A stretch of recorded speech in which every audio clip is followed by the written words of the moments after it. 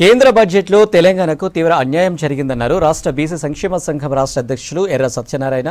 ఏపీకి ప్రత్యేకంగా 50,000 కోట్లు, పరోక్షంగా 1,50,000 కోట్లు కేటాయించి అక్కడికంటే 6 సీట్లు ఎక్కువ వచ్చిన తెలంగాణకు ఒక్క రూపాయి కేటాయించకపోవడం దారుణమన్నారు.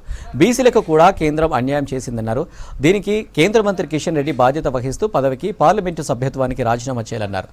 జనాభా దామాషా ప్రకారం బీసీలకు బడ్జెట్కు కేటాయించాలని డిమాండ్ చేశారు.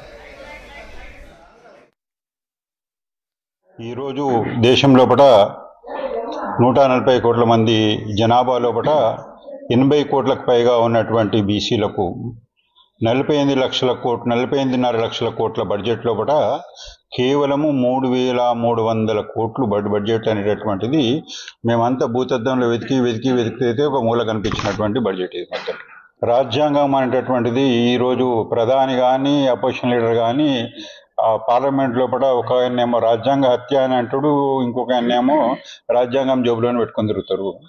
ఇటువంటి రాజ్యాంగంను ఇంత గొప్పగా ఎక్స్పోజ్ చేస్తున్నటువంటి ఈ దేశ నాయకులందరూ కూడా రాజ్యాంగంలోని ప్రధానమైనటువంటి అంశము బీసీల వికాసం అనేటటువంటి సబ్జెక్టును మర్చిపోవడం అనేటటువంటిది ఈ దేశ దౌర్భాగ్యం అని చెప్పేసి సందర్భంగా తెలియజేస్తున్నాం.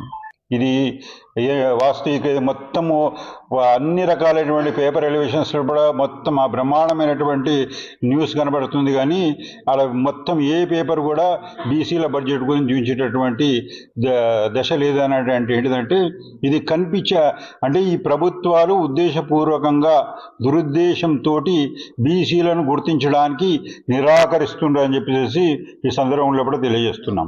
ఇలా రాష్ట్ర ప్రభుత్వంలో బీసీలను ముఖ్యమంత్రులను చేస్తామంటారు. ముఖ్యమంత్రులను పక్కా పెట్టి ప్రధానమంత్రి గారు బీసీలకు ఏం పథకాలు పెట్టారు? కులగండ చేపట్టారా? కేంద్రంలో మంత్రిత్వ శాఖ పెట్టారా? ఇలా మంత్రిత్వ శాఖ కాదు కదా. గత సంవత్సరంలో గత 5 ఏళ్లలో 2,000 కోట్లు బడ్జెట్ కేటాయిస్తే ఈ రోజు మీ బీసీలకు మీరు 3,300 కోట్లు కేటాయిస్తే ఏమొస్తుంది? బీసీలకు ఎట్లా అభివృద్ధి అవుతుంది? కులాలు ఇలా చేతి వృత్తులకు కూడా కార్పొరేషన్ నిధులు లేక, ఇలా డిగ్రీలు పీజీలు చేసి ఉద్యోగాలు రాక, కేంద్రంలో ఉద్యోగాలు వేయక 16 లక్షల ఉద్యోగాలు ఖాళీగా ఉన్న ఇలా ప్రభుత్వాలను ప్రైవేట్ చేస్తూ మరి బీసీలకు ఎక్కడ ఉద్యోగాలు, ఎక్కడ కనీస సంపద, ఎక్కడ వాళ్ళు ఏ విధంగా అభివృద్ధి పొందుతారని చెప్పి నేను ఈ కేంద్ర ప్రభుత్వాన్ని డిమాండ్ చేస్తున్నా. ఇలా పార్లమెంటు మెట్లెక్కలేనటువంటి, ఇలా అసెంబ్లీ మెట్లెక్కలేనటువంటి వేల కులాలు ఇవాళ బట్ట సరిగా కట్టగా తిండి లేనటువంటి కులాలు, బిచ్చటైన చేసే కులాలు ఇవాళ బీసీలలో ఎంతో అట్టడుగు వర్గాలలో ఉండిపోతే ఇవాళ 3,300 కోట్ల బడ్జెట్ ఎవరి పాలవుతుంది అని చెప్పి నేను కేంద్ర ప్రభుత్వాన్ని ప్రశ్నిస్తున్నా.